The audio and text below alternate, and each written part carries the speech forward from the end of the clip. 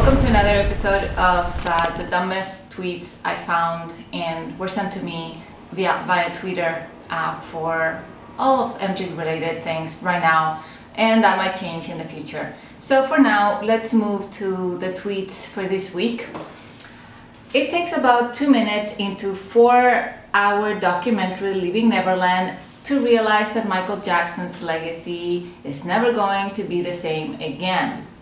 First reactions to Sunday's screening of at Dan Reed 1000's remarkable C4-HBO film.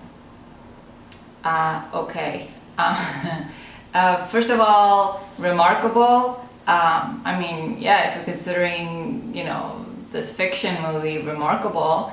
And as for his legacy, so far, it has not been tainted. In fact, he's streaming and his music is doing better than it has done in years. So, yeah, you might want to recheck that. That tweet is not aging very well. People really don't want to believe people are capable of awful things just because they're esteemed or famous. Imagine being that fucking dense. Yeah, imagine being that dense, right? The denial is real. This is the same person, she's continuing. It took me 15 years to talk about what happened to me. I can't even imagine my perpetrator being a celebrity. If you haven't lived it, you don't know. Ignorance is bliss, I guess. So I don't like to mock people who have been victims of sexual abuse, and I'm not doing that with this person, but it really bothers me when people project their experiences onto other people. Just because somebody says that they were abused doesn't make them abused. This is the whole problem with this situation right now. Because in the past we didn't believe people who were accusing others of abuse even though they were victims. Now we're going the opposite direction and we're believing everybody. So again, I mentioned this last week, we're not being dense, we're just looking at the facts. This is all provable lies in this documentary, and all the facts and all the evidence point to Michael Jackson's innocence. So there's another one. Why did he settle out of court with 2 victims that we know about? I would do everything to clear my name. MJ was the greatest performer in the world. I don't buy that I love children and heal the world crap. Well, that's your problem, buddy. And first of all, he didn't settle with 2 victims, and they're not victims when they're extorting somebody who has a lot of money. They're actually called extortionists. And he didn't settle with the 2 people, as I mentioned. He settled with the Chandler family, and that was back in the 90s. And he only did so because he was on tour. He was a very busy man at the time. He was advised by his lawyers at the time and his business advisors to just get it over with, settle it. This was a civil trial, so let's keep in mind that they could have gone to criminal trial, but they didn't continue with the charges. And at the time, the DA didn't find any proof to take it to the criminal trial. So, I mean, you people have to realize that paying a settlement for a civil court is not the same as paying as getting off a criminal trial. First of all, you can't pay off in a criminal trial. There's nothing to do that. In civil court, for instance, you can, and that's why people get sued, right? So, and they didn't go to the police first. They didn't try to charge any charges. Sorry, it's like I've got a little blacked out there.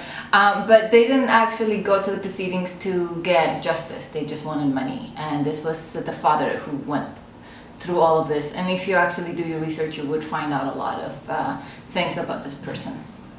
All right, I'm getting a little bit too tangled up here. So let's continue. So the Sun says, Michael Jackson wrote graphic song titled "Do You Know Where Your Children Are?" Michael Jackson, and this is the heading of the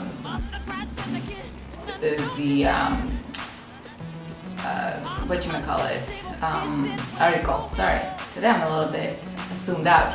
So this is the heading. Michael Jackson wrote graphic song about child sex abuse titled "Do You Know Where Your Children Are?" So basically the same thing as they tweeted. Yeah, your point being, the son. A lot of people did that. Tupac wrote a song about child abuse. Other singers, Madonna, Aerosmith, Nirvana, Depeche Mode. A lot of artists write or sing about child sex abuse because it's a big problem, and this was something that Michael Jackson was concerned about as a person who cares about children. Alright, let's continue. FBI and police. A lot of adult porn and photo books of naked children were found in Michael Jackson's home. MJ stands. See, they didn't find any hardcore child porn, so he's innocent. The logic in this. And then they said we're crazy. If there had been any child porn, any books that were pornographic in nature, he would be in jail. Get this through your thick heads, okay? A black man in America being tried, very unlikely that he will get off. Especially, you know, if there is child sex abuse involved. So there was nothing, they didn't find anything in the raids, the child protection services, the police, the FBI, nothing, okay? So just stop with that. There was nothing. He would be in jail if that was true. Alright, people judging those who are speaking out now are naive. Michael Jackson was a huge superstar with enormous power. Fear kills voices. Monsters can make incredible music. There's no way with all the stories surrounding him over the years there isn't a scratch of truth. The stories created by the tabloid media, you mean? Right. The amount of people that are sticking up for MJ is really sad and disturbing. I don't know how you get so obsessed with a celebrity that you intentionally look the other way when they're molesting, raping kids. FYI, everybody who is defending him are not necessarily his fans. There are people who have done research, searched for the truth and found no evidence, okay? So, I mean, really. This one is funny. Disneyland is a people trap set by a mouse, and hashtag Neverland was a child trap set by pedophile. Right, yeah, because anybody who cares about the well-being of children are pedophiles. Sure, I like the world you're living in, buddy. I mean, wow. Cynic much? And this one, I'm not really sure what they were replying to, but he says that's called received information, meaning you've done no actual research yourself, just repeating the MJ propaganda. It's fiction. I guess you haven't even watched Leaving Neverland because you're too scared of what you might find. Yeah, I personally, full disclosure, I haven't watched it because I have better things to do with my time than spend 4 hours watching two people lie through their teeth just so that they can make a case in court. But I know a lot of people out there who have watched it and done the proper research into the movie and every single thing that they say. And it's evident that what they're saying doesn't make any difference to the facts. And there's a lot of fabrication in the movie. There's a lot of editing to make it seem as something that it's not. It's been manipulated. If you're doing a documentary, by default, a documentary is supposed to be factual. This is not the case. So, I mean, I don't see why anybody would need to watch that to find facts against it. All right. Y'all notice how all these fans are literally regurgitating the same do your research shit. It's like they have a script. They're like Mormons or Jehovah's Witnesses. LOL.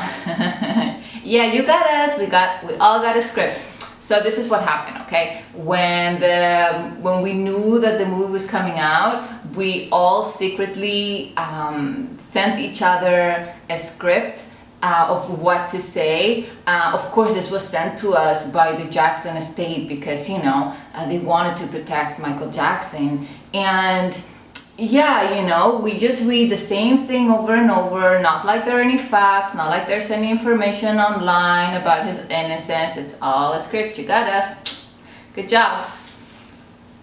And then she continues, imagine dedicating your life and energy to someone you never even fucking knew personally. We're not dedicating our life or energy. We're just kind of replying and showing you guys the facts. It's not that hard. It doesn't take a lifetime to do that. So yeah, stop trying to get attention. All right, so that was the dumb tweets of the week. We'll have more for you guys next week. Well, I'll have more. There's just me, well, and my cats, as you know. And I hope you liked it. Again, remember, if you like dumb tweets, don't forget to subscribe and like, and you can find me on Twitter at the same name as this channel, Más que Relatos. So thank you guys for watching and have a great day.